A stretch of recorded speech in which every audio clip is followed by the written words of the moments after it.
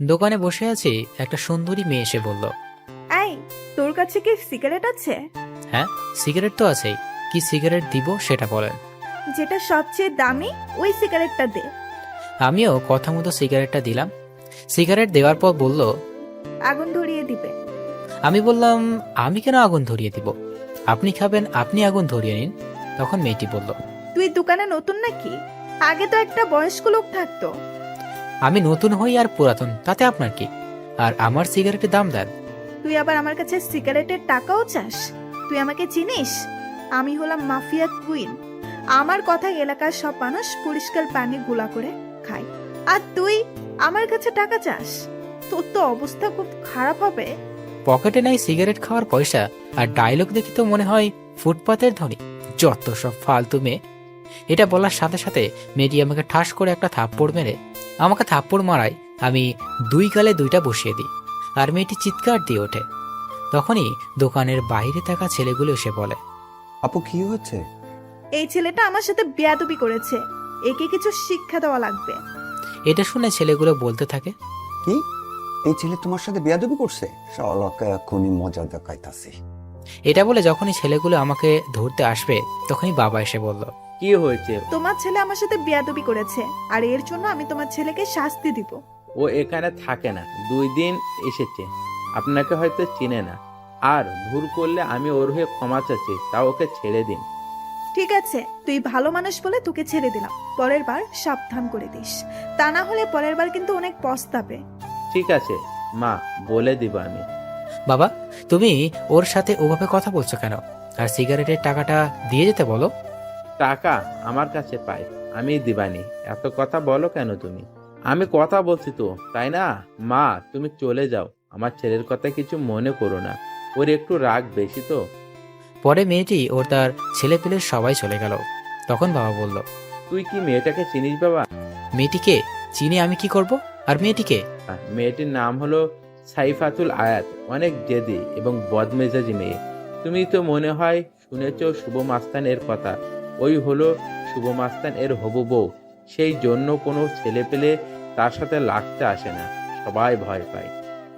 আব্বুর মুখে শুভ মাস্তানের নাম শুনে মনে মনে ভাবতে থাকলাম, মাস্তান হলাম আমি, আর আমি জানি না আমার হবু বউ। ও আচ্ছা, আমি বাবাকে জিজ্ঞেস করলাম, বাবা, শুভ মাস্তান থাকে কোথায়? তুই যেখানে থেকে লেখাপড়া করিস, কুড়িগ্রামেই থাকে। তুই চিনিস না নাকি? অনেক খারাপ লোক, বুঝছিস? তবে শুনছি গরিবের কখনো কষ্ট দেয় না, বরং সাহায্য করে। শুধু ধনী আর অবৈধ ব্যবসা যারা করে তাদেরকে খুন করে। আমি চিনব কি করে বলো? আমি অনেক ভদ্র, আর খুন খারাপই দেখে ভয় পাই। তুমি তো এটা জানো, তাই না? ওইসবের মধ্যে না যাওয়াই ভালো। দোকানদারি ভালো করে কর, কারোর সাথে খারাপ ব্যবহার করিস না। 2 দিন এর ভিতরে শরীর ঠিক হয়ে যাবে, তখন আমি বসতে পারবো। দোকানদারি করা বন্ধ করে দিলেই তো আর হয় না। তোমার আম্মুর ছোট বোন খরচ তো আমি চালাতে পারবো, আর আমি তো টাকাও পাঠাই। বাবারে, অনেক আগের থেকে ব্যবসা করি। দোকানে বসে মানুষের সাথে কথা না বললে ভালো লাগে না। তুই অনেক টাকা পাঠাইলেও যতদিন শরীর চলবে ততদিন দোকানেই বসে থাকবো।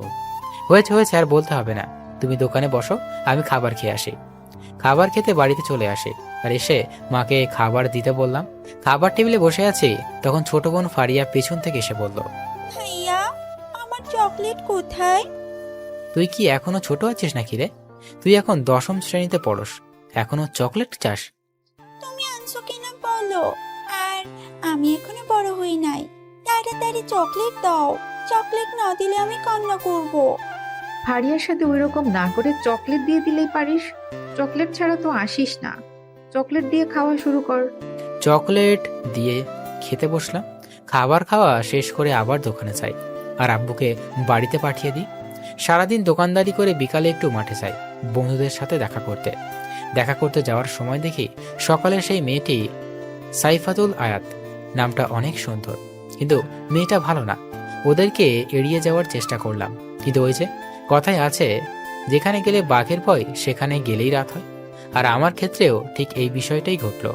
আমি ওদের এড়িয়ে যাওয়ার পরেও ওদের চোখে আমি পড়ে গেলাম, আর ওরা আমাকে ডাকলো। আমি গিয়ে বললাম, আমাকে ডাকলেন কেন? একটি ছেলে বলল, তুই আপুর সাথে তখন বেয়াদবি করছিলি, তখন পা ধরে মাপ চা। চা। এটা বলতে আমি আমার বন্ধুদের কল দিয়েছি, ওরা আসতেছে। পা ধরে মাপ চাইতে হবে কেন? এটা বলার সাথে সাথেই একটা ছেলে গালে থাপ্পড় বসিয়ে বলল, মুখে মুখে কথা বলস কেন? হুম হুম, যা বলছি তাই কর। আরে ওকে মারিস না, ছেলেটা দেখোস না কত ভদ্র, ওকে ভালো করে বুঝিয়ে বল, তাই হবে। আমি তখন মনে মনে বলতে থাকলাম, আসলে নিজের এলাকাতেই আছি, সেই জন্য তোদেরকে ছেড়ে দিচ্ছি, তা না হলে তো তোদের একটাকেও তো ছাড়তাম না। তখন একটা ছেলে বলল, দাঁড়িয়ে দাঁড়িয়ে কি ভাবিস? যা, পা ধরে মাপ চা। তখন সাইফাতুল পায়ের কাপড় তুলে বসলো, আর আমি স্লোলি স্লোলি হেঁটে যাওয়ার ধরছি। তখনই আমার বন্ধুরা চলে আসলো, আর ওদের দেখে সাইফাতুল ও তার ছেলে পেলে একটু সোজা হয়ে দাঁড়ালো। আমার বন্ধুদের মধ্যে রিফাতকে দেখে বলল, ভাইয়া আপনারা সবাই এখানে কেন? রিফাত কিছু না বলে আমাকে এসে বলল, আসতে একটু লেট হয়ে গেল, মন খারাপ করিস না। আর তুই এখানে দাঁড়িয়ে আছিস কেন? এরা আমাদের দাঁড় করিয়ে রাখছে কার কাছে থেকে মাপ চাইতে হবে বলে। কে বলেছে মাপ চাইতে হবে? তার পাটা বের কর, আমি মাপ চাইতে পাঠাইতেছি। আমরা তো জানতাম না যে উনি আপনাদের বন্ধু, তাই আর কি একটু র্যাগিং করতেছিলাম। তাই বলো? আরে ছাড় তো, এগুলো সবাই বাচ্চা মানুষ, এই বয়সে এরকম করাটা ব্যাপার না, চল। আচ্ছা তুমি বললে বলে আমি ছেড়ে দিলাম, কিছু বললাম না। এরপর যেন এরকম না শুনি, বুঝতে পারলে? এটা বলে ওদের সাথে চলে গেলাম। মাঠে গিয়ে রিফাতের সাথে আলাপে বসলাম, ওই ট্যাবলেটের ব্যবসার খবর কি, ওর বিরুদ্ধে প্রমাণ বের কর। চেষ্টায় আছি। আমাকে শুধু রিফাতই দেখছে, তারা কেউই দেখে নাই। সবসময় মাস্ক পরে থাকি। আমাদের বাড়িটা হলো কুড়িগ্রামের থেকে অনেকটা গ্রামের সাইডে। কুড়িগ্রামের চারপাশে আমার লোক আছে, এদের ভিতরে আবার একজন করে বড় ভাই আছে। আমাদের এলাকায় রিফাতকে রাখছি, ও ছোট সময়ের বন্ধু। মাগরিবের আজান পর্যন্ত গল্পগুজব করলাম, আর আবার দোকানে গেলাম, আর আব্বুর বাসায় চলে গেল। একটা লোক আসলো, ডিসকভার 150 সিসি গাড়ি নিয়ে এসে বলল, সিগারেট দে। আমি সিগারেট দিলাম, আর লোকটি আবার দোকানে বয়ামের উপর রাখা একটি চাবি রাখলো। চাবিটা রেখে আমাদের দোকানের সামনে বসার জন্য যে বেঞ্চ রাখা হয়েছে ওখানে গিয়ে বসলো। আর বসার পরেই আর একটা লোক এসে ওই লোকটির সাথে বলল, যে লোকটি আসলো ওই লোকটির গাড়িও একেবারে সেম গাড়ি। আমি লক্ষ্য করে দেখলাম পরের লোকটি একটি চাবি দিল আগের লোকটিকে, আর চাবিটি নিয়ে ওই লোকটি যে লোকটি পরে আসলো তার গাড়ি নিয়ে চলে গেল।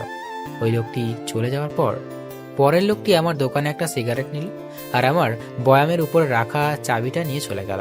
আমি এইসব কাণ্ড কারখানা দেখে পুরাই অবাক। আমি দুইজনের কর্মকাণ্ড দেখে বুঝতে পারলাম এরা অবশ্যই 2 নম্বরই কাজ করে, এদের খোঁজ বের করতেই হবে। যেহেতু এরা এই দোকানে এমন ব্যবহার করলো, এর আগে এখানে অনেকবার এসেছে। এরা যেহেতু অনেকবার এসেছে তাই পরে আবার আসবে, তখন এদের খবর বের করব। আমার দোকানের সামনে বসে অনেকে অনেক রকম আলোচনা করছে। এর মধ্যেই একটা মুরব্বি টাইপ লোক এসে বলল, আমি অনেক টেনশনে আছি। আর একটা লোক বলল, কেন ভাই? তখন এই লোকটি বলল, মেয়েটা দিন দিন কি রকম হয়ে যাচ্ছে। আগে কত সুন্দর ছিল, আর এখন দেখলে মনে হয় নেশাখোর। আর এখন বাড়ি থেকে প্রচুর টাকা নেয়। এইসব আর অনেক কিছুই বলতেছে। রাত 12টার মাঝে দোকান বন্ধ করব, একটা ঝাপ বন্ধ করছি। তখন সাইফাতুল আর 2 জন ছেলে আসলো, এসে বলল, এই এই ইন্টারভেনশন দে। মুখ দিয়ে মদের গন্ধ বেরোচ্ছে। আমি দিয়ে দিলাম। বেনসনটা নিচে ছেলেগুলো চলে গেল, আর সাইফাতুল শুধু আছে, নেশার মাঝে বলতেছে, ওই হালা, আমাকে বাড়িতে পৌঁছে দে। এইসব বলতেছে আর ঢুলতেছে। আমি বললাম, আমি তো আপনার বাড়ি চিনি না। আমাকে ধর, আমি একাই যেতে পারবো। সত্যি কথা বলতে সাইফাতুলকে প্রথম দিকে মনে ধরে গেছে, তাই চান্সটা আর ছাড়লাম না। ওকে ধরে নিয়ে ওর কথা মতো চলতে থাকলাম। ও একটা অনেক বড় বাড়ির সামনে দাঁড় করালো আর বলল, এই নে চাবি, আর গেটটা খোল। আমি তো বাড়ি দেখেই অবাক, এত বড় বাড়িতে থাকে। বাড়ির গেট খুললাম, খুলে ওকে নিয়ে বাড়ির ভিতরে গেলাম। তখনই দেখি মা কল দিছে, তাই ধরিয়ে কল ধরে বললাম, মা আমি ঠিক আছে, আর আমি বাড়ির কাছাকাছি এসে পড়ছি। এটা বলে কল কেটে দিলাম। আম্মুর সাথে কথা না বললে আম্মু টেনশন থাকবে। বাড়িটা 2 তলা, আমি ভাবলাম বাড়িটা এত বড়, তাহলে মনে হয় বাড়ির ভিতরে অনেক মানুষ থাকবে। কিন্তু আমি যখন ভিতরে প্রবেশ করলাম তখন মনে হলো বাড়িতে কেউ নেই। আমি জিজ্ঞেস করলাম, তোমার বাড়িতে কেউ নেই? আমি একাই থাকি, আর তুই আমাকে প্রশ্ন করছিস কেন? আমাকে রেখে তুই চলে যা। আর আমি মাতাল অবস্থায় আছি বলে উল্টাপাল্টা কিছু করার চেষ্টা করলে ভুল করে ফেলবি। তুই যে অবস্থায় আছিস, তোর সাথে কোনো কিছু করলে তো তুই আমার কিছুই করতে পারবি না। আর তোকে আমার কিছু করার ইচ্ছেটাও নেই। তুই থাক তোর মতো, আমি গেলাম। এটা বলে চলে আসলাম। আর আসার সময় বাইরে থেকে গেটটা আটকিয়ে দিয়ে আসলাম। বাড়িতে আসার পর মা বলল, এত দেরি হলো কেন? আমি তখন মাকে বললাম, এমনই দোকানে মানুষ বসেছিল তাই দেরি হইল। খেতেও দাও, ক্ষুধা লাগছে। আম্মু খাইতে দিল। খাবার শেষ করে ঘুমালাম। ঘুম থেকে উঠে ফজরের নামাজ পড়লাম, পরে দোকানে রওনা দিলাম। শীতের দিন, কুয়াশা কুয়াশা রাস্তা। শীত পড়েনি, পড়বে পড়বে ভাব। আবহাওয়াটা অনেক সুন্দর লাগছে। দোকানে গিয়ে রিফাতকে কল দিয়ে আসতে বললাম। রিফাত আসলো। আমি ওকে চা বানিয়ে দিলাম আর বাইকের ঘটনাটা বললাম। রিফাত বলল, ঠিক আছে, আমি দেখতেছি খোঁজ নিয়ে। সেদিনের মতো রিফাত চলে গেল। আমি দোকানদারি করতে লাগলাম। 2 দিন কেটে গেল। এই 2 দিন সাইফাতুল্লের দেখা পাইনি। 3 দিন 3 রাতে ওই সেদিনের লোকগুলো আবার আসলো। আমি ওই লোকটিকে দেখার পর আমি রিফাতকে কল দিয়ে বলে দিই ওদেরকে ফলো করতে। রিফাত ওদের পেছনে লোক লাগিয়ে দেয়। একই প্রক্রিয়া অবলম্বন করে বাইক এক্সচেঞ্জ করে চলে যায়। আর আমি সেদিনের মতো চলে আসি। আব্বুর শরীরটা সুস্থ, তাই সকালে আব্বু দোকানে যাবে, তাই আমি লম্বা একটা ঘুম দিই। সকালে ঘুম থেকে উঠে আমি আর ফারিয়া খাইতে বসছি। তখন ফারিয়া বলল, ভাইয়া, আমাকে স্কুলে দিয়ে আসবি একটু? তুই কি পিচ্ছি নাকি রে? তোকে স্কুলে দিয়ে আসতে হবে? কিছু বখাটে ছেলে আমাকে ডিস্টার্ব করে, বাজে কথা বলে। ফারিয়ার কথা শুনে রাগ উঠে যায়, কিন্তু রাগ কন্ট্রোল করে বলি, ঠিক আছে, আমি যাব তোর সাথে। পরে খাবার খেয়ে ফারিয়ার সাথে যাই, আর ওরা আমার সামনেই খারাপ মন্তব্য করতে থাকে। আমি ফারিয়াকে বলি, তুমি যাও, আমি কথা বলছি। আমি গিয়ে ওদেরকে বললাম, দেখো, তোমরা আমার বয়সে ছোট হবে, আমি তোমাদের বড় ভাই হিসাবে কথা বলি। তোমরা মেয়েদের উত্ত্যক্ত করা ছেড়ে দাও, এইসব করা ভালো না। ওদের মধ্য থেকে একটি ছেলে বলে উঠল, তুই জ্ঞান দেওয়ার কে রে? ভালোভাবে বলছি, শুধরে যাও, তা না হলে অনেক পস্তাবে। এটা বলার সাথে সাথে একটা ছেলে এসে আমার শার্টের কলার ধরে বলল, তুই পস্তাবি রে। তুই আমাদেরকে চিনিস? আমার এলাকার সবচেয়ে বড় গ্যাংয়ের সদস্য। আমাদের বসের নাম শুনলে অনেকের প্যান্টে হিসু করে দেয়। তোদের বসের নাম কি রে? একটি ছেলে বলল, আমাদের বসের নাম সোহেল, এলাকার সবার বড় ভাই। তুই পাঙ্গা নিস না আমাদের সাথে। এর মাঝেই একটা ছেলে বলে উঠল, কে রে? মেয়েটা কে ছিল তোর? তোর রক্ষিতা না গার্লফ্রেন্ড? এই কথা শুনে আমার রাগটা আর প্রচুর পরিমাণে উঠে যায়। তাও আমি কন্ট্রোল করে বলি, ও আমার বোন হয়, কথা ভালো করে বল। তখন আর একটা ছেলে বলে উঠল, ওই, ওকে সম্মান দিয়ে কথা বল, ও আমাদের সবার হবু সম্বন্ধে। এটা বলে সবাই জোরে জোরে হেসে দিই। আমি ওখান থেকে সরে আসি আর দূরে এসে ওদের ফটো তুলে রিফাতকে বলি গোডাউনে নিয়ে যেতে, আর সবাইকে বলে দেখ সুফো ভাই আসতেছে। এটা বলার পর আমি বাড়িতে চলে গেলাম। আর বাড়িতে গিয়ে আম্মুকে বললাম, আম্মু, আমি একটু কুড়িগ্রাম যাবো। এটা বলে আমি বাড়ি থেকে বের হয়ে পড়ি। এদিকে রিফাত কিছু লোক নিয়ে চলে হাই স্কুলের গেটের সামনে। রিফাত ওদের নাকে কিছু দেয় আর গোডাউনে নিয়ে যায়। আমি আমার আর একটা লোককে বলি সোহেল নামের ছেলেকে, যে টিম চালাই, ওকে খুঁজে বের করে গোডাউনে নিয়ে আসতে। পরে আমি কালো প্যান্ট, কালো শার্ট, কালো মোজা, কালো জুতো, মুখে মাস্ক, স্টাইল করে চুল কাটা, পুরোটাই চমলক্ষ ড্রেস আপ নিয়ে নিই। গোডাউনে আগে সোহেলকে নিয়ে যাওয়া হয়, আর সোহেলের ডান হাতে বাম হাতে হাতকেও। আমাকে দেখে সোহেল বলতে থাকে, ভাই, আপনি আমাদের এখানে নিয়ে আসছেন কেন? আমি ওদের কথা না শুনে বেত দিয়ে মারতে শুরু করি। ওটা আমার একান্ত লাঠি। এর একপাশে সুই দ্বারা সম্পূর্ণ লাগানো। লাঠিটি হলো 2.5 হাত, এর মধ্যে 2 হাত সুই বা আলপিন দ্বারা আবদ্ধ। এ একপাশে সমান করা অংশ দিয়ে সোহেলদের পিটাচ্ছি। আপনারা ভাবছেন সোহেলদের পিটাচ্ছি কেন?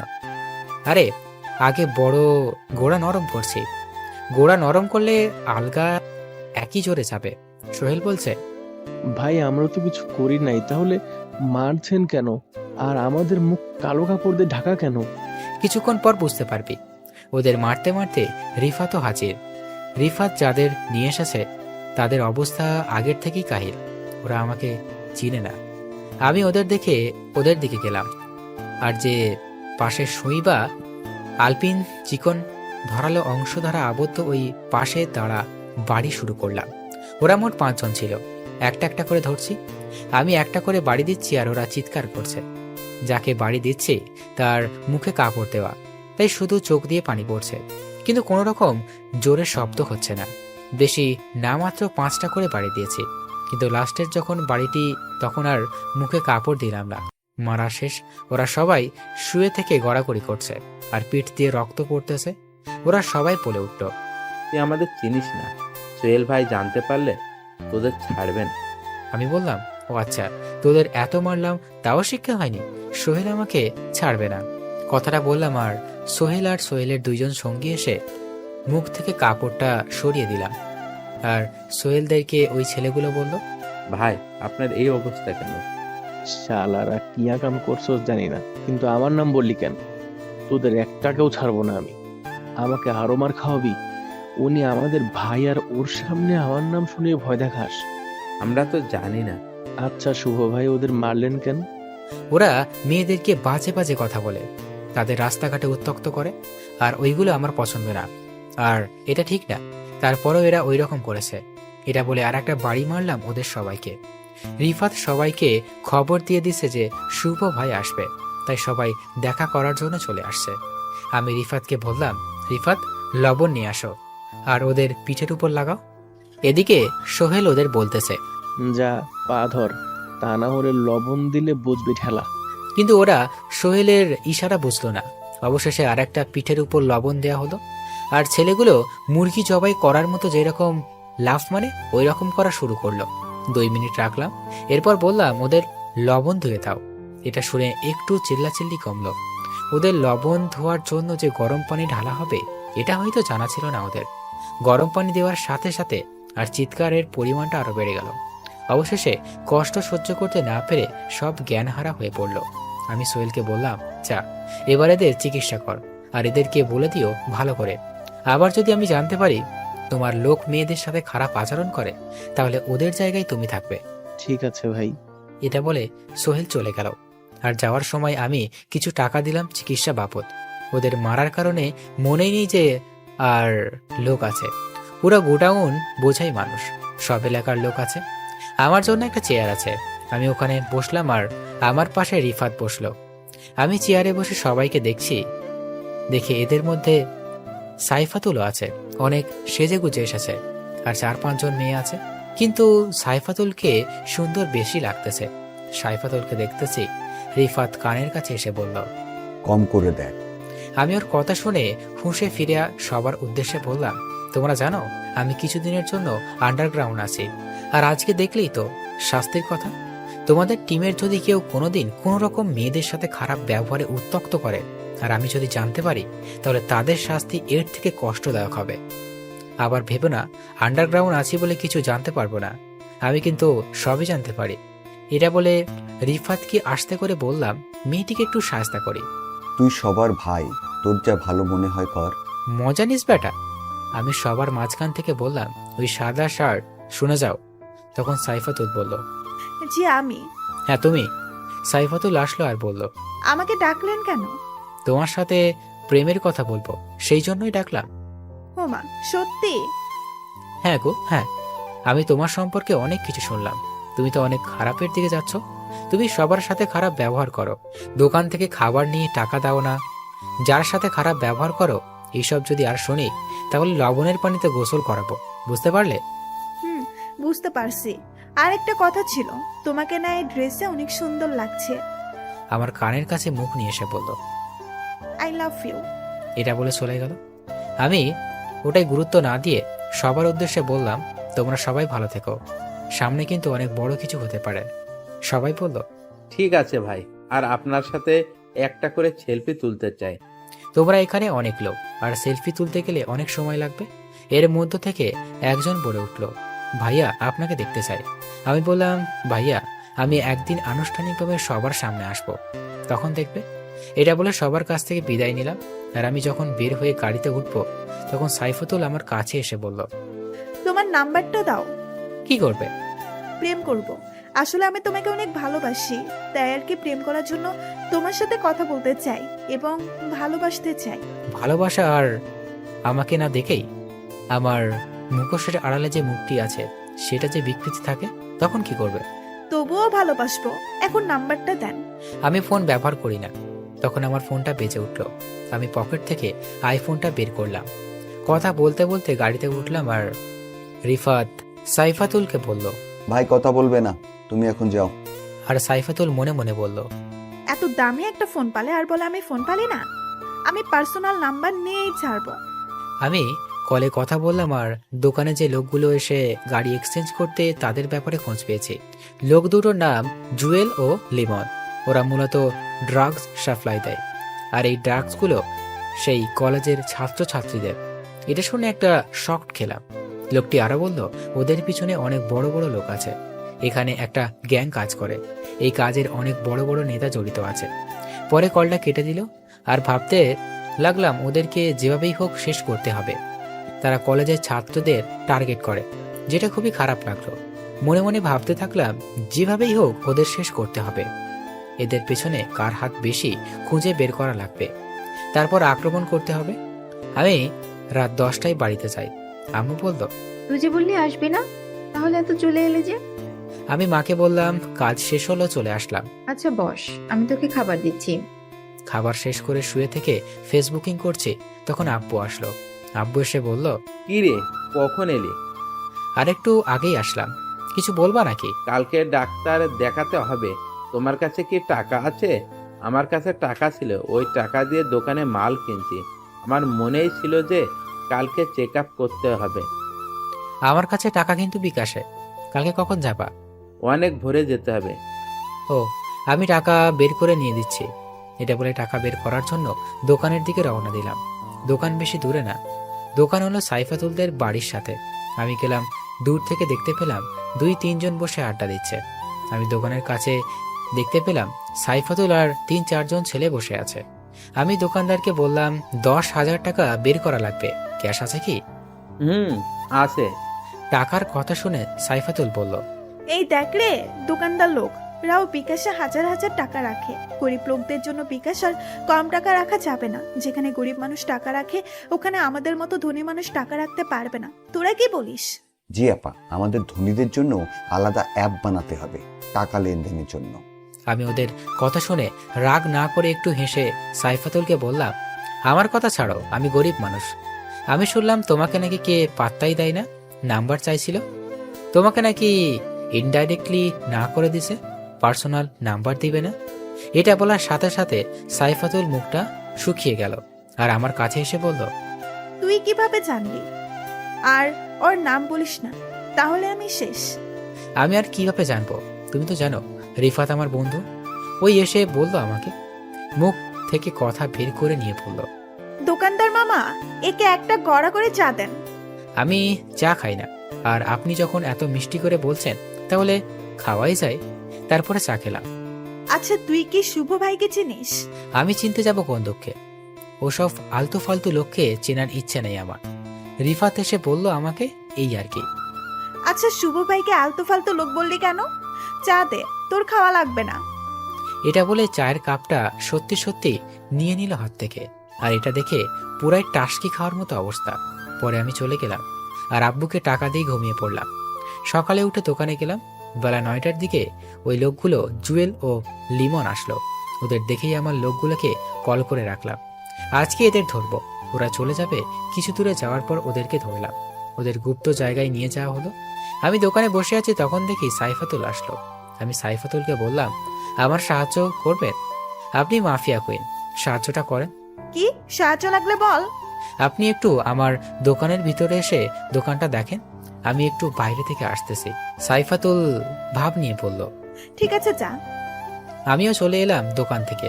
আড়ালে এসে একজনকে কল দিয়ে বললাম আসতে। ও এসে আমাকে নিয়ে গেল। আমি গুপ্ত জায়গায় গিয়ে ওদেরকে বললাম, ওরা কি মুখ খুললো? মুখ খুললে না তো। ওদের মারার শিখাস নাই? এই দেখে আমি মারার আগেই ওরা সবকিছু বলে দিবে। আমি গিয়ে হাতে একটা সই নিলাম আর বললাম, এইসব চক্র কোন কোন জায়গা থেকে চলে বল। মরে গেলেও বলবো না। ওদেরকে অঙ্গকোষ বারবার 2 বা আলপিন দ্বারা আগত করি। জুয়েলকে আগত করার পরে লিমান বলে, এগুলো মূলত কুড়িগ্রাম হাজি মার্কেট থেকে সাপ্লাই হয়, ওখান থেকে আমাদের দেয়, তাছাড়া আমরা কিছু জানি না। এটা বলার পর আমি কুড়িগ্রাম এক ওসির কাছে কল দিই আর ওকে আসতে বলি আমার দোকানে। এটা বলে ওখান থেকে চলে আসে।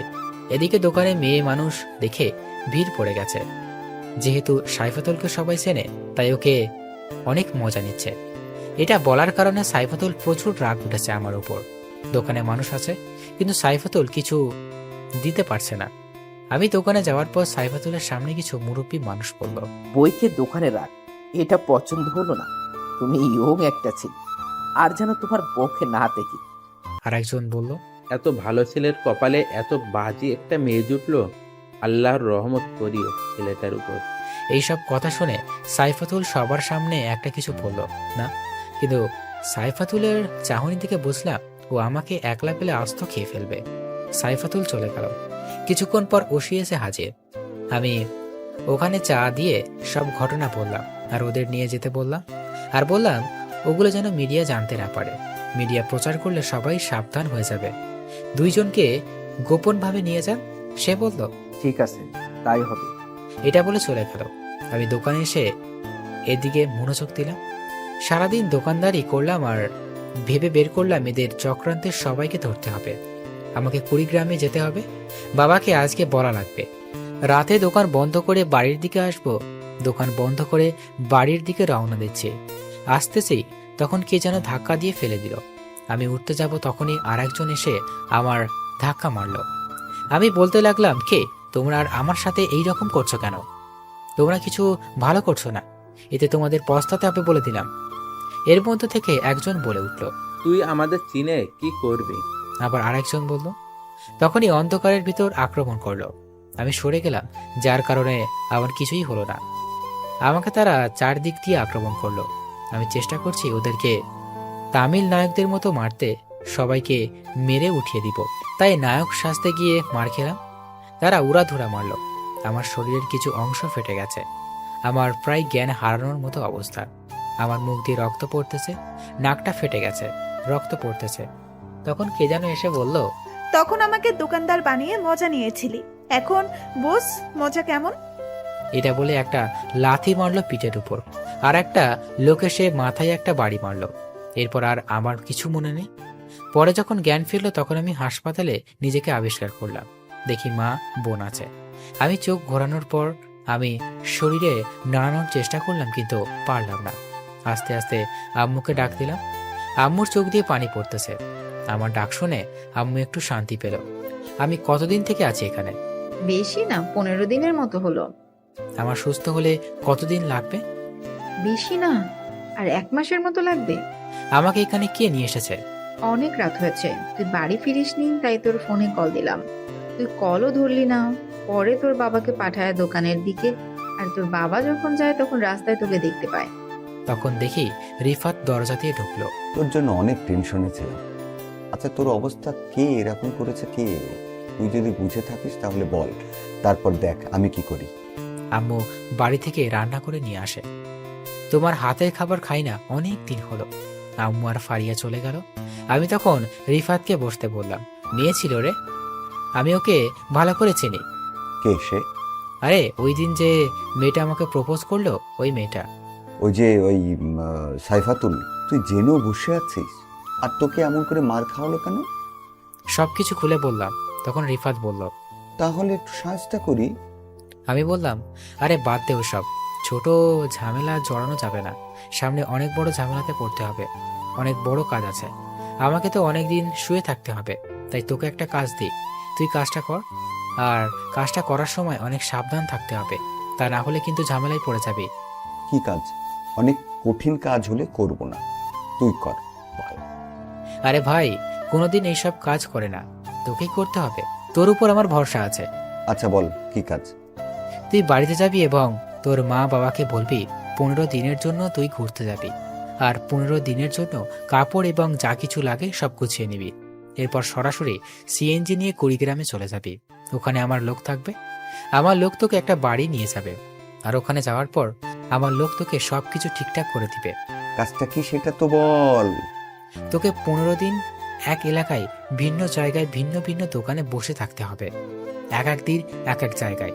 আর ওখানের কথা, ওখানকার চালচলন সবকিছু রেকর্ড করতে থাকবি। একটা পাখি উড়ে গেলেও ওটা নোটিস করা লাগবে। তুই যদি কাজটি করতে পারিস আর আমি যদি ওদেরকে ধরে একটা মদক মুক্ত করতে পারি, তাহলে তোকে আমি আমার দায়িত্ব দিয়ে দিব। আর এইসব ভালো লাগে না রে? এটা শুনে রিফাত খুশি হলো। রিফাত চলে গেল। কিছুক্ষণ পর মা এসে বলল, আমি খাবার খাইলাম। 15 দিন পর আমাকে বাড়িতে নিয়ে যাওয়া হলো। এখন আমি সুস্থ হই নাই। এদিকে সব খবর কালেক্ট করা শেষ। এই মাদকদের ব্যবসার পিছনে কুড়িগ্রামের সবচেয়ে বড় ব্যবসায়ী রহিম সাহেব আছে।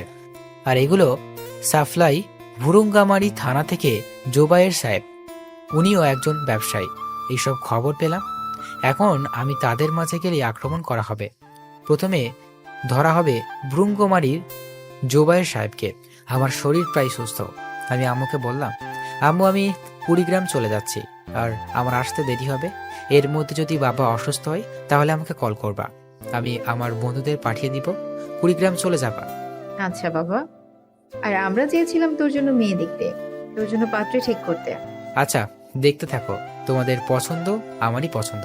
কিন্তু আম্মু, ছোট থেকে তুমি আমার বাবা আমাকে বড় করেছো। তোমরা আমাকে ভালো জিনিস এনে দিয়েছো। তোমরা যেটা পছন্দ করেছো ওইটাই আমি নিচ্ছি। আর আমার থেকে আমার পছন্দ কি কি রকম হবে এটা ভালো জানো। আমার আর সময় নেই, আমি ফ্রেশ হতে বের হব। তুমি খাবার রেডি করো। ফ্রেশ হয়ে খাবার খেয়ে বের হলাম। তখনই ফারিয়া এসে বলল, ভাইয়া আসবে কবে? আমি বললাম দেরি হবে। আর ওকে 100 টাকা দিলাম। আর আম্মুর কাছ থেকে বিদায় নেওয়ার সময় আম্মুকে দিলাম 1000। আম্মু নিতে চাইলো না, তবুও দিলাম। সিএনজি নিলাম। আমি ওঠার সাথে সাথে দেখি সাইফাতুল উঠল। আমি দেখেও না দেখার ভান করলাম। কুড়িগ্রাম আমি যাব এটা প্রচার হয়ে গেছে। তাই আমার সব ছেলে পেলে আমাদের একটা নির্দিষ্ট হলো রুম আছে, ওইখানে এসেছে। আমি মনে মনে আইডিয়া করলাম সাইফাতুলও মনে হয় ওইখানেই যাইতেছে। আমাকে দেখে সাইফাতুল বলল, কিরে দোকানদার, তুই তাহলে এখনো বেঁচে আছিস? তোকে মেরে ফেলতে চেয়েছিলাম, কিন্তু কিভাবে ছেড়ে দিলাম? তোকে মারার পরিকল্পনা করেছিলাম ওই দিন, যেদিন তোর জন্য রিফাত ভাই আমাকে বকে, সেই দিনই। কিন্তু পরে যা করলি তার জন্য রাগ আর বেশি উঠেছিল, তাই আর কি হালকা পাতলা কিছু দিলাম। আর আমার চোখের দিকে চোখ তুলেও তাকাবি না। আর আমি এখন যেখানে যাচ্ছি ওইখানে আমার অনেক ছেলে যারা আমাকে কুইন বলে ডাকে, কারণ আমি যে শুভর হবু বউ, বলতে পারিস গার্লফ্রেন্ড। কি রে, তুই কি মার খাওয়ার পর বোবা হয়ে গেলি নাকি? আমি এত কথা বলছি আর তুই কিছুই বলছিস না। আমি তোমাকে একটা কথা বলি, তুমি শিক্ষিত মেয়ে। আমি সংক্ষিপ্তভাবে বললে বুঝতে পারবে। একটা প্রবাদ আছে, খালি কলসি বাজে বেশি। তুমি হলে সেই কলসির মতো। আর দ্বিতীয় কথা, এইরকম ছেলেদের মতো চললে তোমাকে কেউ পছন্দ করবে না। এইসব বলার পর সাইফাতুল আমার দিকে রাগের দৃষ্টিতে তাকালো। কিছু বলবে, তখনই গন্তব্যস্থানে সিএনজি থেমে আর আমি চলে যাই। এদিকে সাইফাতুল আমার দিকে রাগের দৃষ্টিতে তাকিয়ে থাকে। আমি তাড়াতাড়ি আমার বাসায় যাই। ওখানে রিফাত আগে থেকেই আছে। আমি পৌঁছানোর পর আমি রেডি হয়ে চলে যাই হলরুমে। গিয়ে দেখি সবাই বসে আছে। আমি লক্ষ্য করলাম সাইফাতুল আছে। আমি সবাইকে উদ্দেশ্য করে বলতে থাকলাম, আমি কিছুদিনের জন্য ভ্রুঙ্গামারি যাব, ওইখানে আমার কাজ আছে। আর আমি যতদিন ছিলাম না তবুও সবার খবর জেনেছি। তোমরা এতদিন ভালো ছিলে, এর পরেও যেন ভালো থাকো। তবে আমাদের মেয়ের থেকে ছেলেরা অনেক সুন্দর। আর গ্রুপের মেয়ে আছে 60 জন। এদের মধ্যে একটা মেয়ের ব্যাপারে আমি শুনেছি যে কিনা অনেক খারাপ একটি মেয়ে, যে কিনা বিনা কারণে একটি ছেলেকে মেরেছে। তোমরা কি এমন করেছো আমি জানি। তুমি নিজের ইচ্ছায় বেরিয়ে আসো। আমি নাম ধরে ডাকলে কিন্তু শাস্তির পরিমাণ বেড়ে যাবে বলে দিলাম। তখনই দেখি সাইফাতুল আস্তে আস্তে বেরিয়ে আসছে। মাথা নিচু করে আসলো আমার সামনে। আমি সাইফাতুলকে বললাম, তুমি হয়তো আমাকে চিনো না, আমি সব খবর রাখি। তুমি বলো নাকি আমার হবু বয়ফ্রেন্ড, সরি তুমি বলো তোমার হবু গার্লফ্রেন্ড। না মানে আমি এটা বলার সাথে সাথে আমি ঠাস করে একটা চড় মেরে বললাম, তোমার সাহস তো কম না, তুমি আমার সম্পর্কে উল্টাপাল্টা কথা বলো। আসলে হয়েছে কি, আমি মেয়েদের গায়ে হাত তুলি না। এটা বলে আর একটা বসিয়ে দিলাম। সুন্দর চেহারা থাপ্পড় তো জোরেই মেরেছি, 5টা আঙুল দেখা যাচ্ছে আর লাল টকটকে হয়ে গেছে। সাইফাতুলের চোখে পানি। তখনই সাইফাতুল কান্না করতে করতে বলতে শুরু করলো, আমি কি ভুল করেছি? হ্যাঁ, আমি তোমাকে না দেখে ভালোবেসেছি, আমি তোমাকে অনেক ভালোবাসি। আর ছেলেটা কে হয় তোমার? হ্যাঁ, ও আমার সাথে বেয়াদবি করেছে, তাই ওই রকম করেছি। আর আমাকে মেরে ফেললো, মরার আগ পর্যন্ত বললো আমি তোমার হবু বউ। আমাকে ইমোশনালি কথা বলে লাভ নেই। এটা বলে কানের কাছে মুখ নিয়ে বললাম, তুমি যদি আমাকে সত্যিই ভালোবাসো তাহলে আমার দর থেকে নাম কেটে দিবে আর সরাসরি বাড়িতে গিয়ে সুন্দর করে থাকবে, কোনো ছেলের সাথে মিশবে না আর কারোর সাথে খারাপ ব্যবহার করবে না। আর এখন থেকে শাড়ি পরবে আর সব রকমের রান্না শিখবে। যদি করতে পারো তাহলে আমি তোমাকে বিয়ে করব। ঠিক আছে। এটা বলে চলে গেল। আর আমি বললাম, আমি আজকে ভ্রুঙ্গামারি চাইতেছি, দোয়া করো যেন কাজটা সম্পূর্ণ করতে পারি। পরে সবাই চলে গেল। আমি বাড়িতে গিয়ে ফ্রেশ হয়ে বাজারে আসছি, তখনই আবার সাইফাতুলের সাথে দেখা। আমাকে দেখে সাইফাতুল এসে বলল, শালা, তোর জন্য আমি থাপ্পড় খেয়েছি, আজকে শেষ সব ফাজলামি, তাই তোকে উচিত শিক্ষা দিব। এটা বলে জোরে জোরে চিল্লাচিল্লি শুরু করলো আর বলতে লাগলো, মেয়েদের সাথে এরকম করে রাস্তাঘাটে অসভ্যতামি করা। দুইজন লোক এলো। তখন একটা কনস্টেবল এলো আর আমাকে এসে বলল, মেয়েদের টিস করিস, চল থানায় চল, তোকে মজা দেখাচ্ছি। স্যার আমি ওই রকম কিছু করিনি, বিশ্বাস করেন। চল। এক প্রকার ধাক্কা ধাক্কাই নিয়ে গেল, সাথে সাইফাতুল কেউ নিয়ে গেল। সাইফাতুল মিষ্টি মিষ্টি হাসতেছে। থানায় যাওয়ার পর উশির কাছে নিয়ে গেল। উশি আমাকে চেনে, ওনার সাথে আমার ভালো সম্পর্ক। ভালো সম্পর্ক হওয়ার কারণ হলো একদিন ওনাকে অনেক পিটিয়েছিলাম, তাও আবার থানার ভিতরে গিয়ে। আর পেটানোর পর অনেক গরম ধরেছিল, তখন মাস্ক খুলি মুখ ধুই, তখনই ওসি দেখেছিল মুখ।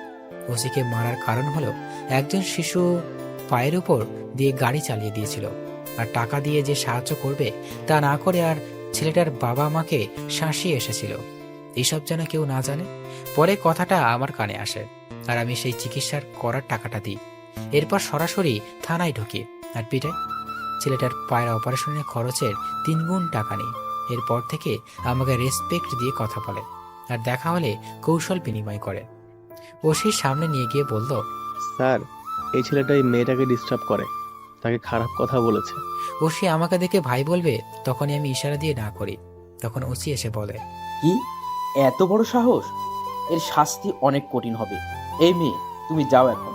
আর আমি জানি তুমি মিথ্যা বলেছো ছেলেটার সম্পর্কে। তুমি কথা বললে তোমাকে ভিতরে পুরে দেব। আমি ওকে শাস্তি দিচ্ছি। এটা শুনে সাইফাতুল চলে গেল আর ওসি বলল, ভাই বসেন, চা খাবেন না কফি খাবেন? আচ্ছা 1 কাপ কফি নিয়ে আসো, কফি খাই আর আলাপ করি। দাড়ি থেকে কি দেখতেছো? যাও, ভাইয়ের জন্য কফি নিয়ে এসো। কনস্টেবলটা গেল, কিন্তু মুখে বিরক্তিকর ছাপ, আর বলতে বলতে গেল, শালা মেয়েদের সাথে খারাপ ব্যবহার করেছে, ওকে ধোলাই দিবে তা থুয়ে জামাই আদর করতেছে। আমি ভ্রুঙ্গামারি যাইতেছি মদক ব্যবসায়ীকে ধরতে। হদ এখানে পুলিশের ঝামেলা হলে তোমাকে কল দিব, ডিআইজিকে নিয়ে চলে যাবে, ওখানে গ্যাঞ্জাম হতে পারে। তখনই কফি নিয়ে আসলো, আমি হাতে নিলাম। ওসি দাঁড়িয়ে আছে, আমি বললাম বসো। তখন ওসি বসলো। না, আমি দাঁড়িয়ে ঠিক আছে। আপনার সামনে বসে থাকা কেমন যেন দেখা যায়। ঠিক আছে, তাহলে কল দিয়ে চলো, যাও, যাতে তোমার এই লাভ হবে। শিক্ষিত লোক, বুঝতে পারছো। তাহলে আমি চলি, আজকের পর দেখা হবে ভ্রঙ্গামারিতে। পরে চলে আসলাম ওখান থেকে। চলে আসার পর কনস্টেবল ওসিকে বলতেছে, স্যার ওকে ওরকম করলেন কেন? মেয়েদের টিচ করেছে, ওই আপনি পিটাবেন না তারে? তুমি নতুন তো, যাকে নিয়ে এসেছিলে, ও যদি বলে আমি নারী চাই, তাহলে ওর বাসার সামনে লাইন ধরে যাবে। ওর সাথে একটু কথা বলার জন্য অনেক মেয়ে অপেক্ষা করে। ওই ছেলে কিভাবে এই মেয়েকে টিচ করবে বলো? ছেলেটাকে? তুমি তো শুভ ভাই, এর নাম শুনেছো? স্যার শুনেছি। সে তো অনেক ভালো, ভালোদের জন্য, আর খারাপ মানুষ খারাপদের জন্য। ওনার সাথে বলে বড় বড় লোকের উঠা বসাও আছে। শুভ ভাইকে বলে কেউ দেখে নাই। ছেলেটা কি শুভর লোক নাকি? আরে গাধা, ওই হলো শুভ ভাই। তুই আগুন নিয়ে খেলতে চাইছিলি রে। আপনি ওকে দেখলেন কি করে? একদিন এই থানার ভিতরে এসে আমাকে পিটাতে পিটাতে ঘেমে গিয়েছিল। তখন আমার সামনে মুখোশ খুলে মুখ ধুয়েছিল, আর ওভাবে দেখি। আপনাকে মারলো, কেউ কিছু বললো না? কে কি বলবে? এমপিও তো শুভ এর সাপোর্টের জন্য হয়েছে। আমার উপরে সবাই ছিল, এমপি ছিল, পিউন অফিসার ছিল, ডিআইজি ছিল, আর যে অফিসার আছে বড় বড় সবাই ছিল। সবার সামনে পিটিয়েছে, এখনো মাঝে মাঝে ব্যথা করে। কোনো অফিসার কিছু বললেই বাইরে শুভের ছেলে পেলে ছিল, ওরা এসে তাকে নিয়ে যেত পিটানোর জন্য। পুরো থানার এরিয়াতে তার ভরপুর ছিল, আর আমাকে ওদের মাঝখানে নিয়ে ধোলাই করে।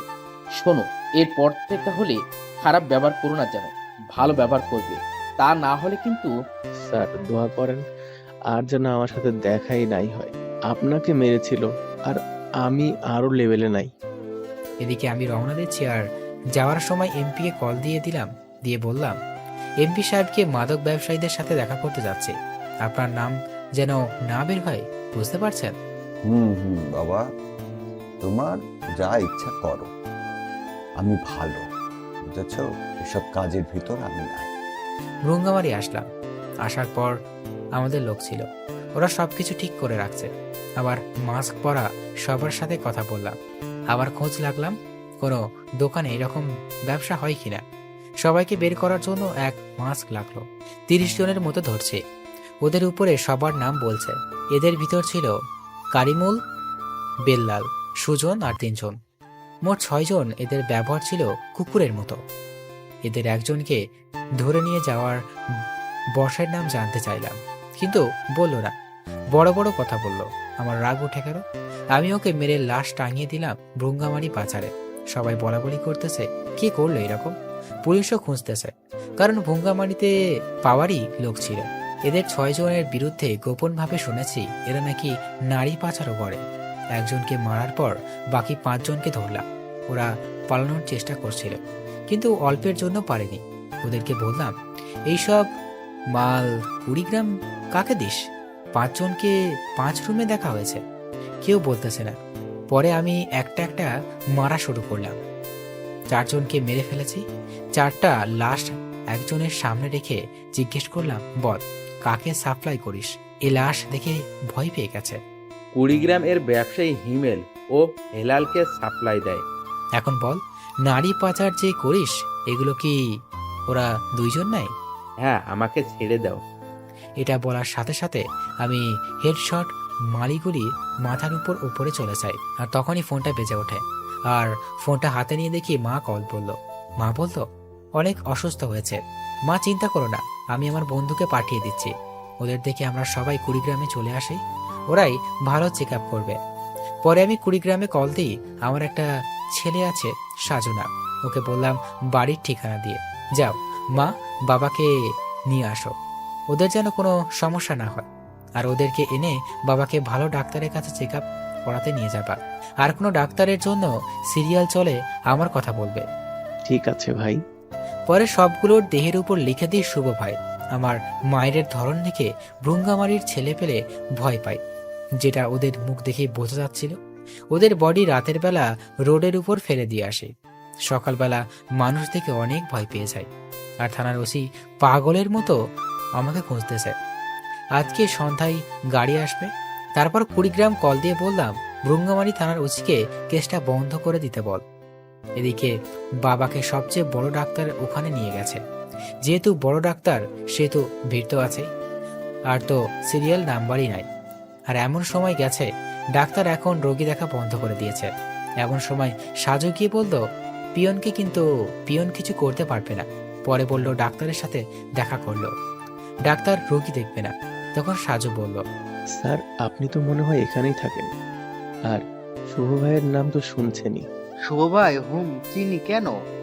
ওনার বাবা স্যার যদি না দেখেন তাহলে আমি আরেকটু বানিয়ে বলবো, তখন মনে হয় আপনার জীবনে আর কোনোদিন রোগী দেখতে পারবেন না। পরে ডাক্তার রোগী দেখে, আর সাজু বাইরে এসে মেডিসিন নিতে গেল।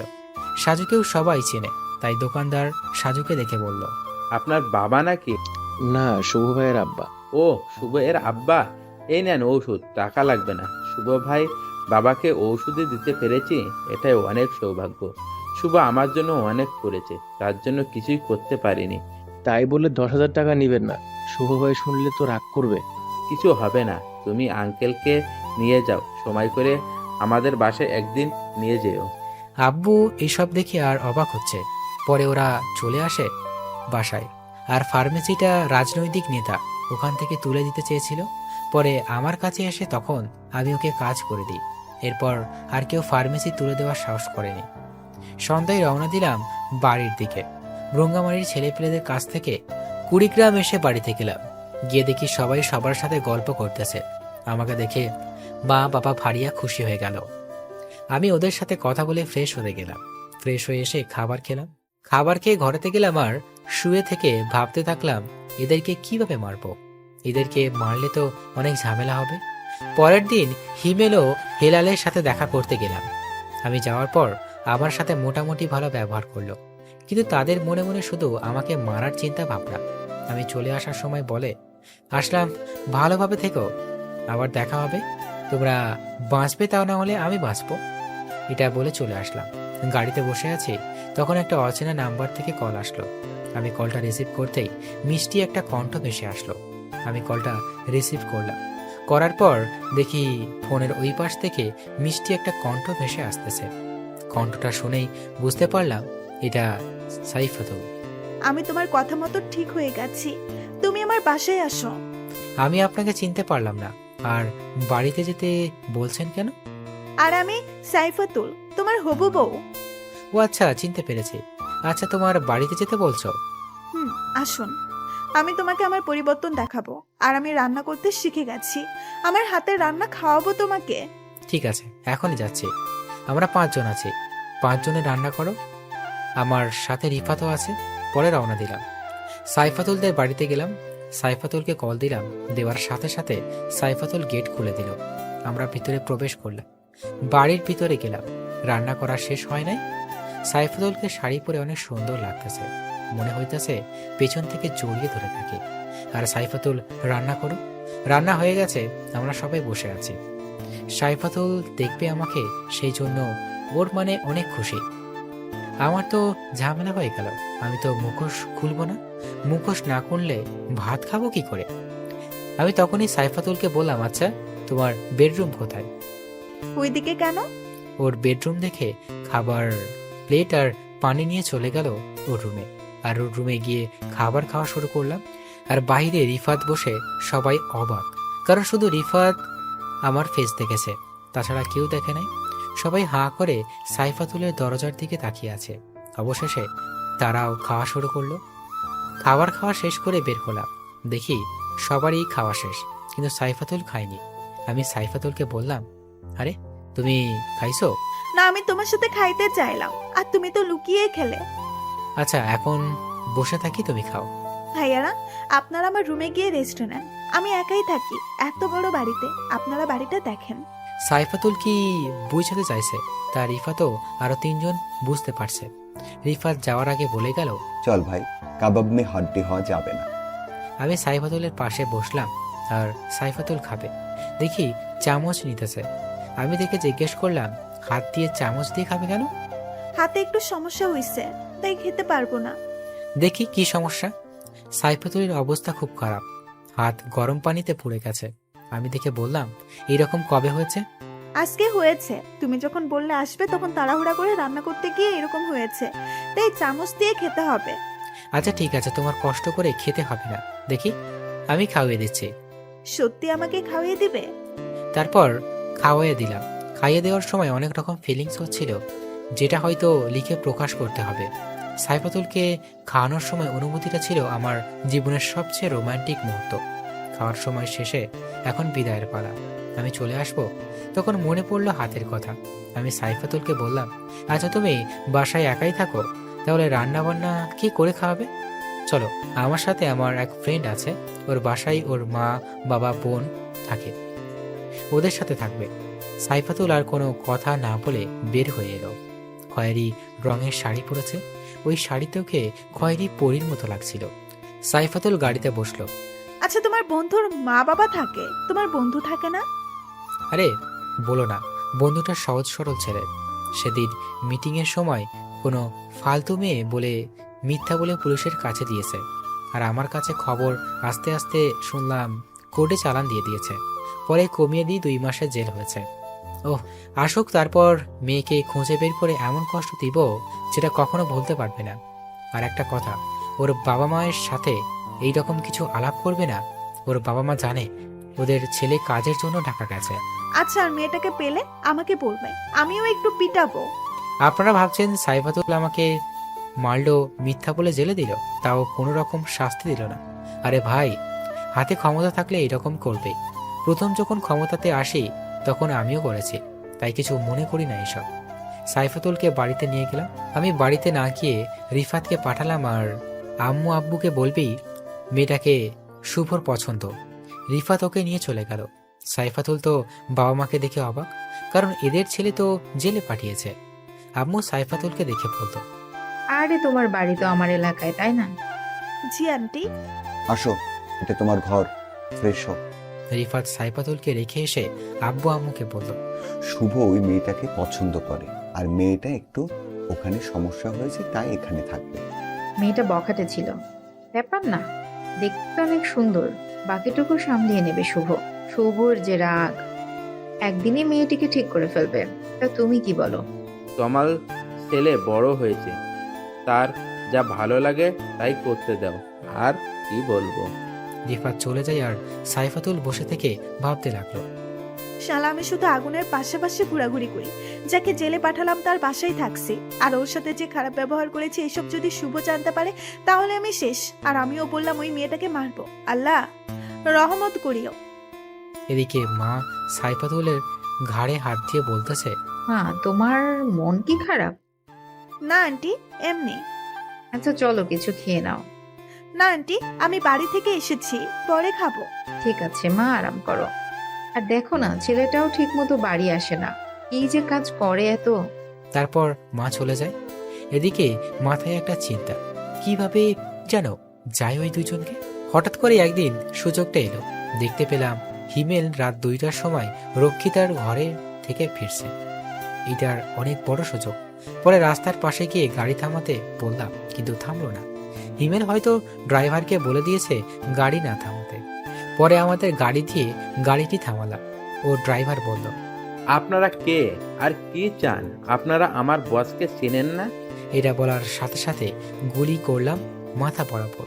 তারপর হিমেলকে জাগালাম, আর হিমেল আমাকে থেকে পুরাই চমকে উঠল। আরে, আমার কি টাকার অভাব নাকি রে? তুই তো অনেক রকমের ব্যবসা করিস, তাই না? তোর যে কয়টা ব্যবসা, ওই কয়ভাবে তোকে মেরে ফেলবো। এই আমার লাঠিটা দে। পরে আমার সেই বিখ্যাত লাঠিটা দিল। আমি শুধু আন্ডারওয়ার্ড দেখে সব কাপড় খুলে ফেললাম, আর আমার সেই লাঠিটা দিয়ে সারা শরীরে পিটালাম। সারা শরীর দিয়ে রক্ত বেরোচ্ছে, আর হিমেল অনেক আকুতি মিনতি করছে। আমি বললাম, তোকে মাফ করবো কিভাবে? তুই তো নারী পাচারকারী কে, তুই উঠন্ত ছেলে মেয়েদের জীবন নষ্ট করে দিস। পিটানো শেষ হওয়ার পর হিমেলকে নিয়ে গেলাম ফুটন্ত লবণ মেশানো পানিতে। পানিতে ছাড়ার পর হিমেল শুধু লাফালাফি শুরু করলো, আর বলতে লাগলো, কে শুনে তার কথা। পরে লবণের পানি থেকে বের করে ওকে বলা হলো লবণ ধুয়ে দিই, চল ওকে নিয়ে যাই। পরে হিমেলকে ফুটন্ত গরম পানিতে ছেড়ে দেওয়া হলো, আর চোখের সামনে হিমেল মারা গেল। পরে মাথা বরাবর গুলি করলাম, দেহটাকে কাকতারুয়ার মতো করে বাঁশের সাথে বাঁধলাম, আর লিখে দিলাম নারী পাচারকারী, ছেলে মেয়েদের ড্রাগস দিয়ে নষ্ট করে, ধর্ষক, এইসব লিখে নিচে লিখে দিলাম শুভ ভাই। সবকিছু লিখে কুড়িগ্রাম হাইওয়ে রোডে টাঙিয়ে দিয়ে আসলাম। এইসব কাজ করতে প্রায় হকচকি হয়ে গেছে। সকালবেলা তাজা খবর, বিশিষ্ট ব্যবসায়ী হিমেল সাহেবকে মেরে ফেলেছে। পুলিশ এসেছে। পুলিশ এসে লাশ নামিয়ে ফের তার পরিবারকে ফোন দিয়েছে। থানায় নতুন ওসি এসেছে। সে একেবারে নতুন, চ্যাংড়া লোক, আমার বয়সী বা একটু বড় হবে। তার রক্ত গরম। সে আমার লোকজনকে ধরে নিয়ে যাচ্ছে। এদিকে হেলাল সাহেবের ঘুম হারাম হয়ে গেছে। তিনি অনেক প্রোটেকশন নিয়ে রেখেছে, আর আমাকে মারার জন্য লোক সেট করা হয়েছে।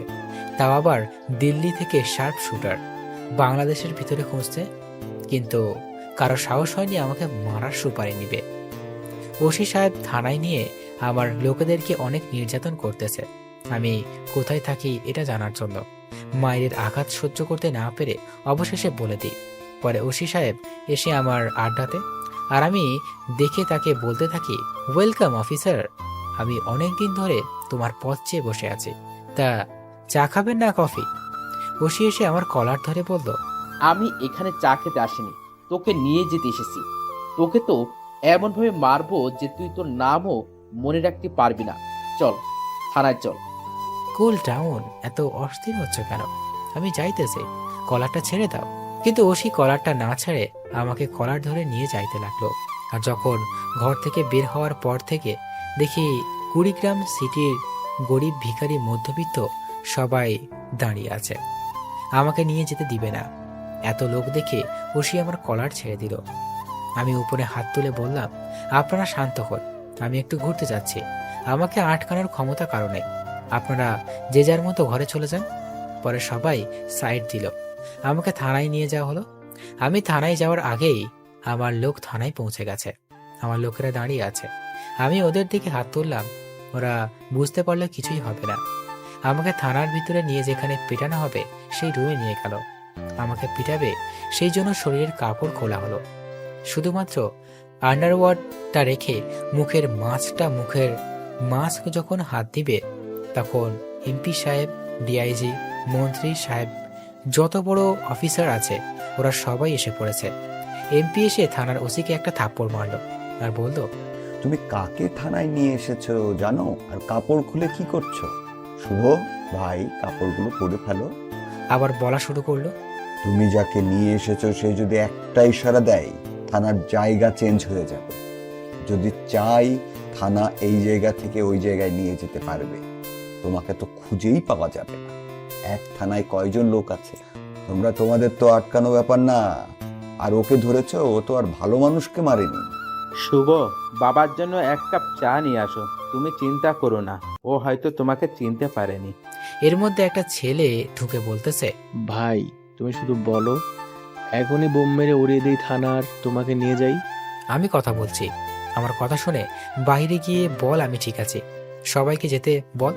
জ্ঞানজাম ভালো লাগতেছে না, প্রচুর মাথা ব্যথা করতেছে। ঠিক আছে ভাই, সবাইকে বলছি। তোমার মাথাটা টিপে দিতে কইব? না লাগবে না, আমি রাতে ঘুমাইনি, হিমেলকে মেরেছি তো, আমাকে ঘুমাতে হবে, তাই চলে যাব। তাহলে ওসিকে চাকরি থেকে বাদ দিয়া দিব। না, চাইলে তো তখনই মেরে ফেলতে পারতাম, এখন ইশারা দিয়ে মেরে দিয়ে যাবে, টের পাবে না।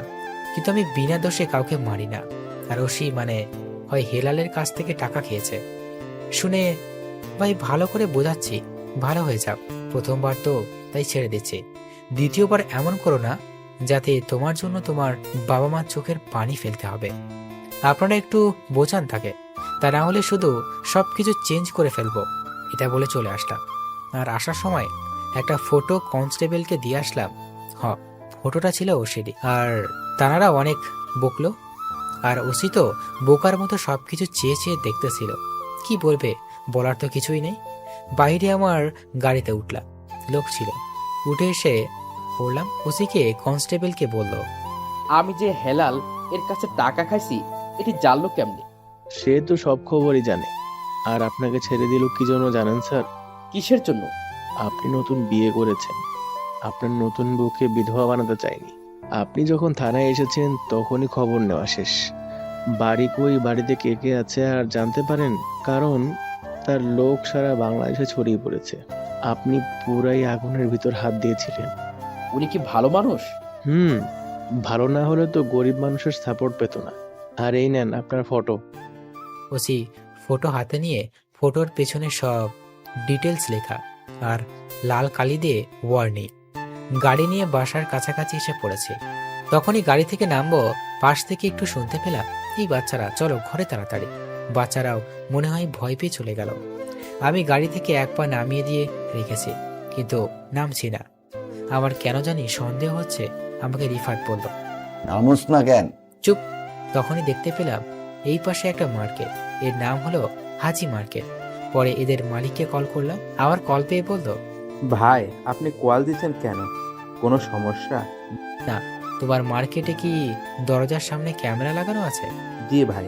ক্যামেরাটা সরাসরি পশ্চিম দিকে নিয়ে বল, আর যতটুকু উঠে উঠুক ততটুকু উপরে উঠতে বল, আর যা দেখা যাবে সবকিছু আমাকে বল। ওকে ভাই। ভাই, উপরের দিকে শুধু স্ল্যাপার দেখাচ্ছে। ঠিক আছে। পরে কলটা কেটে দিলাম। কেটে দিয়ে কল দিলাম আমার লোককে, বললাম, ওই বিল্ডিং এর ছাদে দেখো লোক আছে, তাড়াতাড়ি ওখানে যাও, ওরা আমাকে মারার চেষ্টা করতেছে। তারপর ওরা চলে গেল। আমি একবার উপরে তুলে আবার নিচে নামিয়ে দিই। এদিকে আমার লোক চলে গেছে। দেখে দুটি লোক স্নাইপার নিয়ে 1 2 3 4 গুনছে। আমি বের হয়ে হেডশট মারবো, এদের গোনা দেখে আমার লোক গোনা শুরু করলো। এতে শব্দ বেশি হলে আর লোক দুজন টেরও পেল না। তারা পুরাই অবাক। আমি গাড়ি থেকে মিষ্টি একটা হাসি দিয়ে নামলাম আর ওদেরকে নিয়ে যাওয়া হলো আমার মারার রুমে। ওদেরকে বলা হলো কে পাঠিয়েছে। বলল হেলাল সাহেব। এটা শুনে ওদের গুলি করে মেরে ফেললাম আর লাশ দুটো পাঠিয়ে দিলাম হেলালের কাছে। আর সিদ্ধান্ত নিলাম আজকেই অ্যাটাক করব হেলালের ওখানে। আর অনুমান করা কত লোক আছে।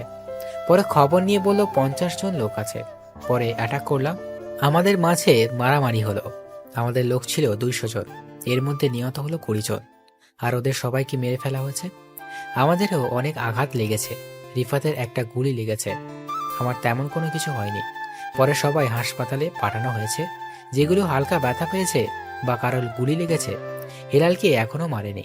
ওকে একটু কষ্টদায়ক মৃত্যু দিব, সেই জন্য বাঁচিয়ে রেখেছি। আমি হেলালের কাছে গেলাম, গিয়ে ওকে কারেন্টের শক দিলাম, তাও আবার পানির ভিতর। কারেন্ট শক দিয়ে মারলাম হেলালকে। মারার পর 2টা গুলি করলাম মাথায়। পরে ডেড বডিটা দিয়ে আসলাম কুড়িগ্রাম টাঙিয়ে। পরে বাসায় চলে আসলাম। আমার লোকেরা সবাই ঠিক হলো। আর আমার সাথে সব সময় 4 জন থাকতো, রিফাত, জাহিন, তামিম, রবি। ওরা সুস্থ হবার পর ঘোষণা দেওয়া হলো শুভ সবার সামনে আসতেছে, মুখ থেকে মাস্ক খুলে ফেলবে। এটা খবর ছড়িয়ে গেল। তাই কুড়িগ্রাম ভার্সিটিতে আয়োজন করা হলো, সাজানো হলো চারিদিকে আমার লোকসহ আর বাহিরে অনেক লোক। 2 পাশে বসার ব্যবস্থা এবং মাঝখানে রাস্তা রাখা হয়েছে। ওখানে সাইফাতুলও গেছে। সাইফাতুলের ভিতর কিরকম যেন লাগতেছে। সাইফাতুলের ভিতরে অনেক রকম ফিলিংস কাজ করছে।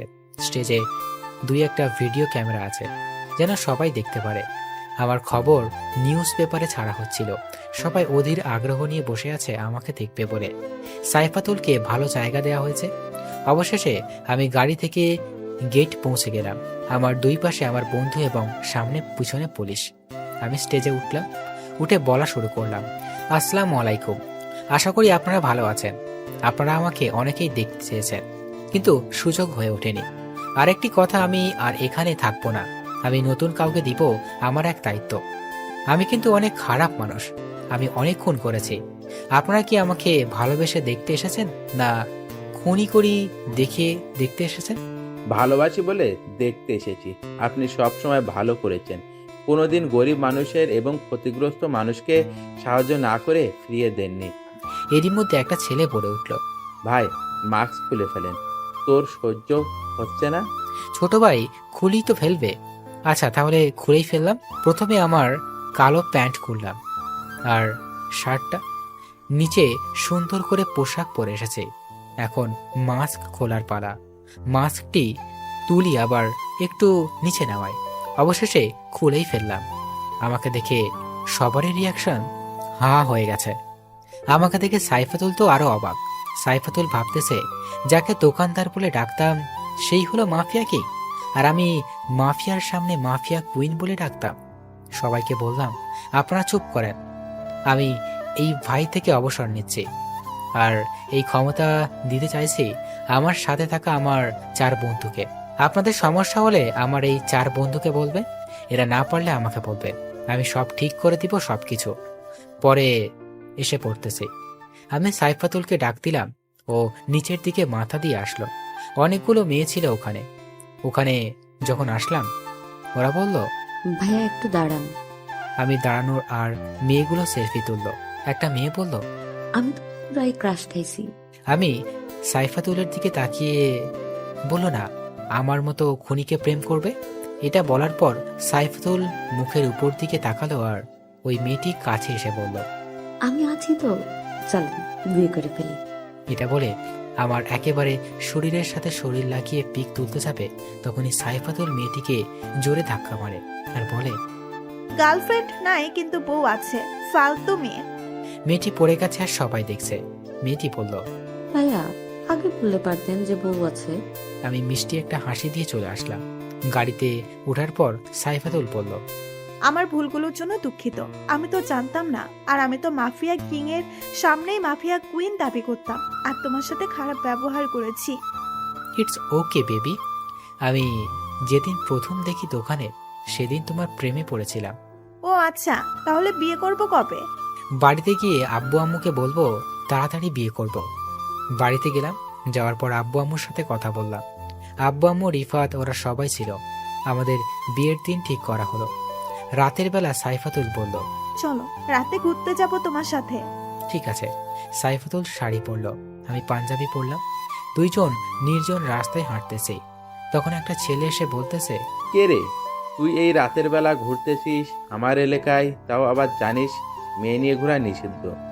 শুভ ভাইকে চিনো? আমি। আরে শুভ হলো আমার বড়, একসাথে খেলাই। ও আমার কাছে থেকে সবকিছু শিখলো, অস্ত্র চালানো। আর তুই আমাকে শুভ ভাই এর নাম শুনিয়ে ভয় দেখাস? ও আচ্ছা, বেশি বকবক না করে পালা, না হলে কপালে দুঃখ আছে। এমন মার মারবো না। ওই আমি চিকনা বলে দুর্বল ভাবিস? এই তোরা কই রে? পরে 2-3 জন লোক আসলো, এসে আমার মুখে আর সাইফাতুলের মুখে লাইট ধরলো। লাইট ধরেই অবাক। তখন পরে ছেলেগুলো বলতেছে, ভাই ভাবি কি খাবেন বলেন, আমার এলাকায় এসেছেন। আরে যে ছেলেটি আমাকে ভয় দেখালো, ওই ছেলেটি তো বেহাল অবস্থা, কথা বলতে পারছে না। আমি একটা থাপ্পড় তুললাম, কিন্তু না মেরে তার কাঁধে হাত রেখে বললাম, তুমি আমাকে অস্ত্র চালানো শিখিয়েছ। না মানে ইয়ে হয়েছে কি ভাই? ঠিক আছে, বলতে হবে না। পরে আমি আর সাইফাতুল চলে আসলাম হাসতে হাসতে। তারপরে আমি আর সাইফাতুল দুইজনে মিলে সুখে শান্তিতে সংসার করতে লাগলাম। এইভাবেই সুখে শান্তিতে কেটে গেল আমাদের বাকি জীবন। খোদা হাফেজ, ভালো থাকবেন। সমাপ্ত।